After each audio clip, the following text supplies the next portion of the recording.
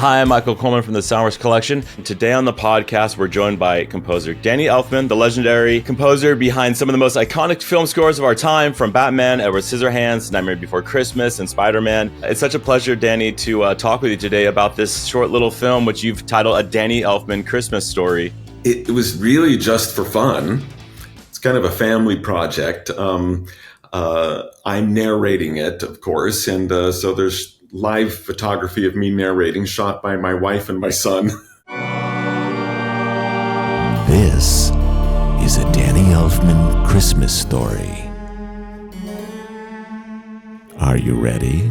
You know, it started really almost a year ago. My assistant, was always saying, let's do something for the holiday with your voice.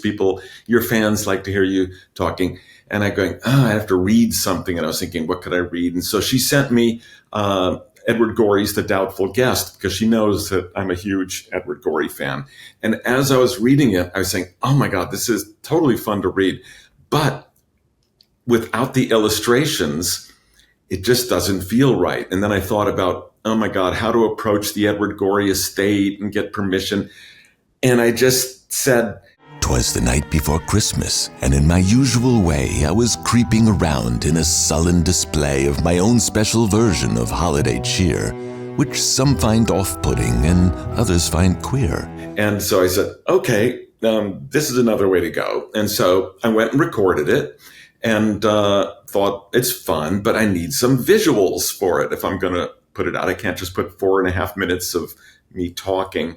I could, but I wanted something. So a friend of mine who's an animator and has worked with me on the Danny and Buddy show and a lot of other things we've done together, named John Mann-Krieger, he and I jumped in and we tried kind of putting silent movie images and things behind it, but it was just too long to support that. And then suddenly it was Christmas, because I did this all just days before Christmas.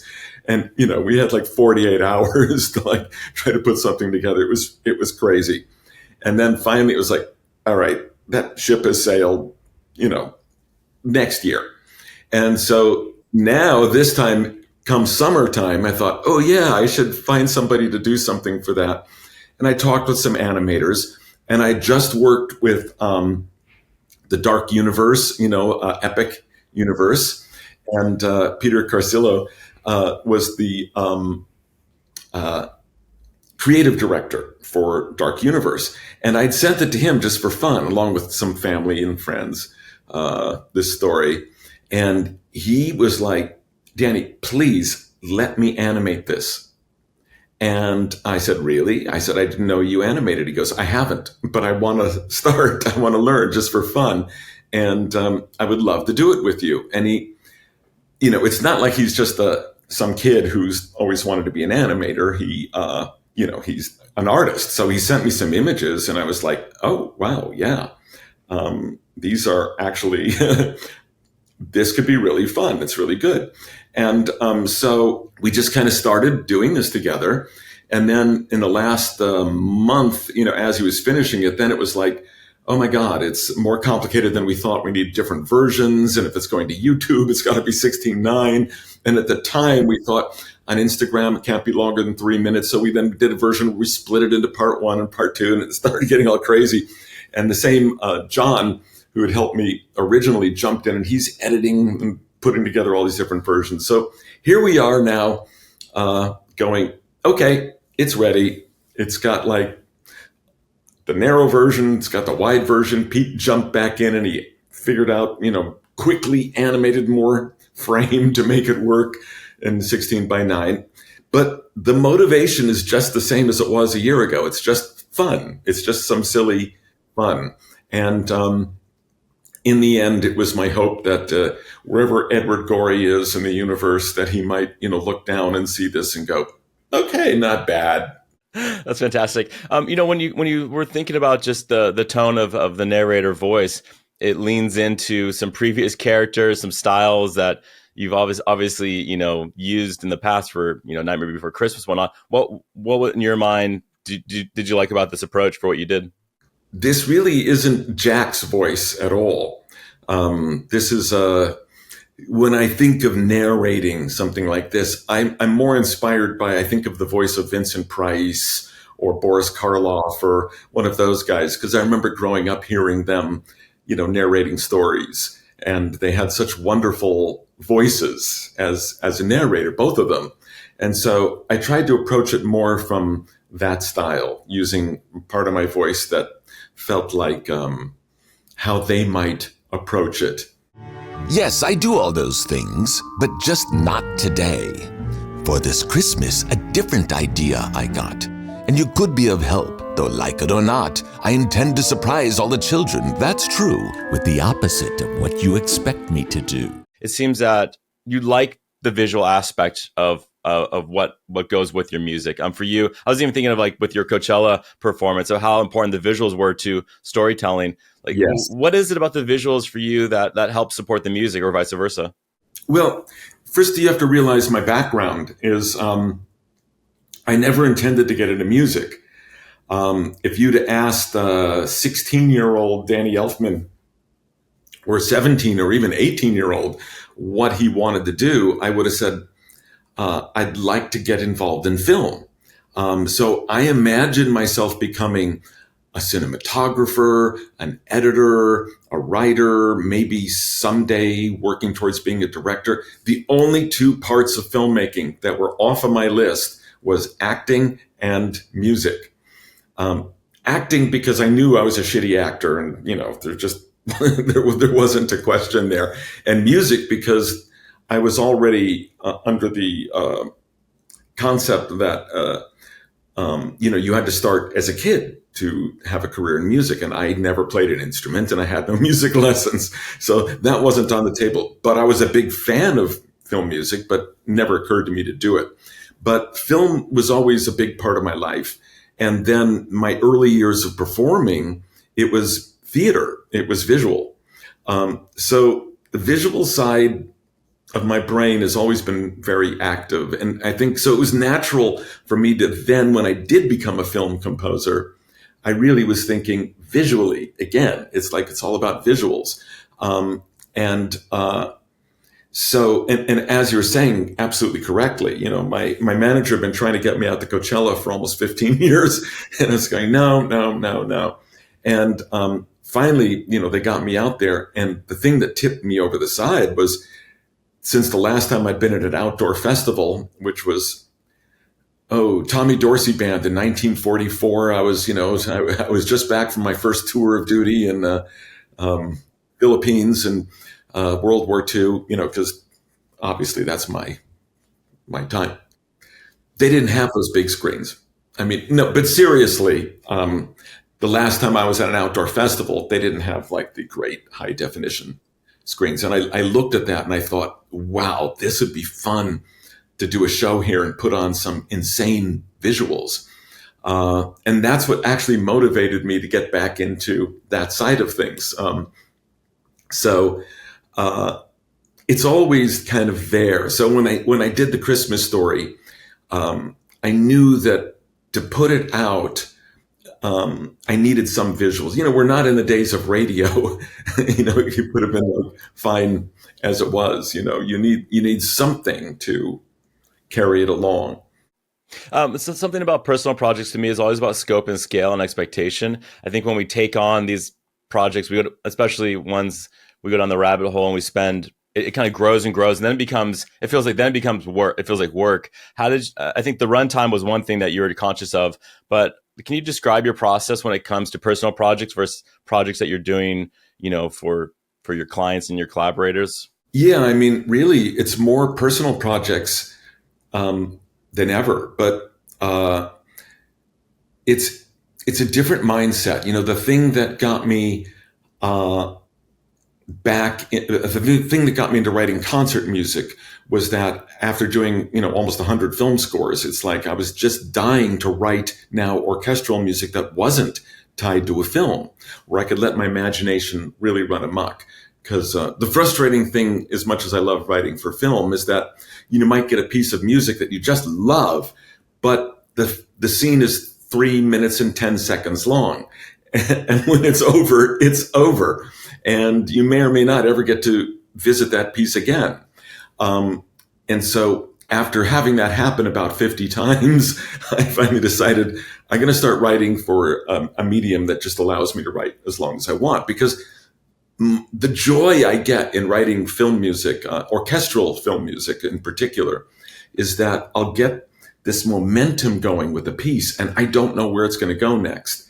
You know, in the beginning, I'm pushing it and it's like being a train where you're pushing it uphill and you're really trying to create the tone and find out what it is. And then there's a certain point where you're coasting along and you're going, oh, all right, now it's just moving along. And then the fun part starts where now you're going downhill.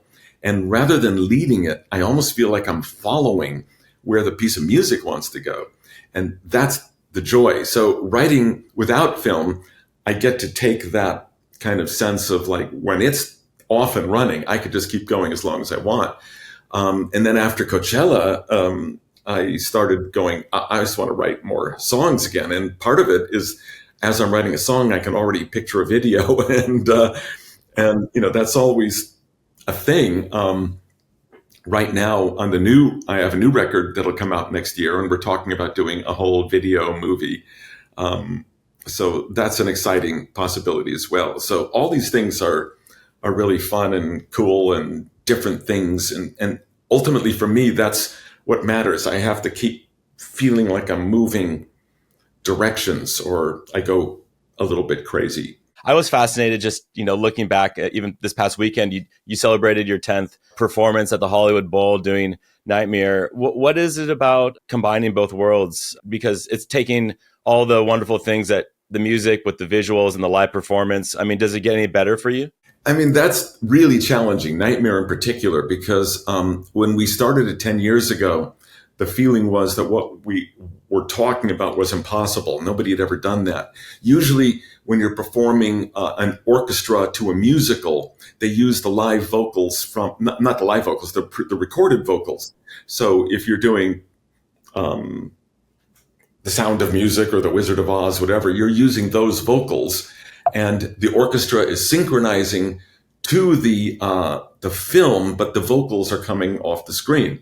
So the idea of doing it all live, and in Nightmare in particular, was difficult because there's so many songs, 10 songs packed into a short period of time, and there's frequently not much time in between cues. So there's barely time for the live musicians, the orchestra, to even turn the page or get the next cue on their stands.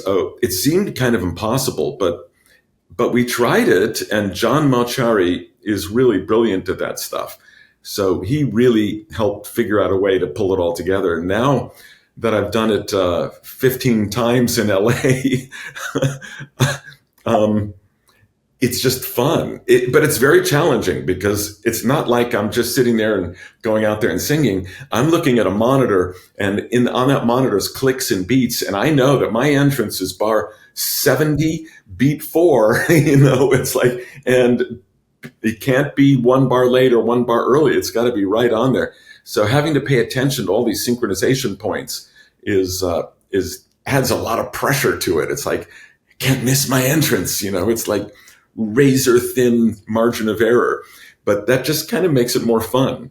It was really exciting just to see also that you're able to invite other guest performers to be part of it. I mean, just this last weekend with Janelle Monáe, Keith David, Riki Lindholm, and John Stamos. What a great sandbox to play in, I think, to reimagine how that story is told. It was such a fun cast this year. I mean, they were all just fantastically fun people to work with. I had so much fun with Riki and John doing the trick-or-treaters live on stage, because they're both very physical. And, you know, when I love doing it, of course, I love doing it with Catherine O'Hara and I love doing it with Paul Rubens, of course, but they're not people that I would shove or push or elbow the way, but with Riki and John, you know, we were like all over each other. It's like, it brings me back to, you know, because I'm an old mosh pitter myself. So the idea of getting physical with other people is very normal for me. For the Christmas story piece, you know, looking back historically, I love the fact that you've had, you've always reached and not been afraid for a new instrumentation. Obviously, your involvement on the synthesizer side of just looking at the history of, Kurzweils and Rolands and Otis ARPs and Prophets, and just everything is a storytelling tool for you. What did you reach for this project? What is the sound of a Danny Elfman Christmas story sound? Well, for this, scoring this, I tried to keep it very, very conventional. I really wanted to score it as if I was scoring a Christmas kind of story. I didn't want the music to be taking us either one direction or another, because the images in the story was weird enough. You've got me as Krampus doing this Christmas Eve, encountering a little demon. So I didn't need to let the music kind of lead too much. I really just tried to take an approach of, I'm just going to score it as if it's a Christmas story, a Christmas special, coming out for the holiday. Danny, thank you so much for this wonderful little short film. Such a treat. Thank you so much for your time. Thank you so much. It was great talking to you. Many thanks to our guests today, and if you'd like to listen to more conversations from the SoundWorks collection, please subscribe on Spotify, Apple Podcasts, or on all major podcasting platforms, including the video version on YouTube. You can also find exclusive daily video clips on our Instagram and TikTok pages, and connect with other creatives around the world through our email industry mailing list at soundworkscollection.com. If you have a story or project that you want to propose for the show, please send us an email at info@soundworkscollection.com. And thanks again for listening.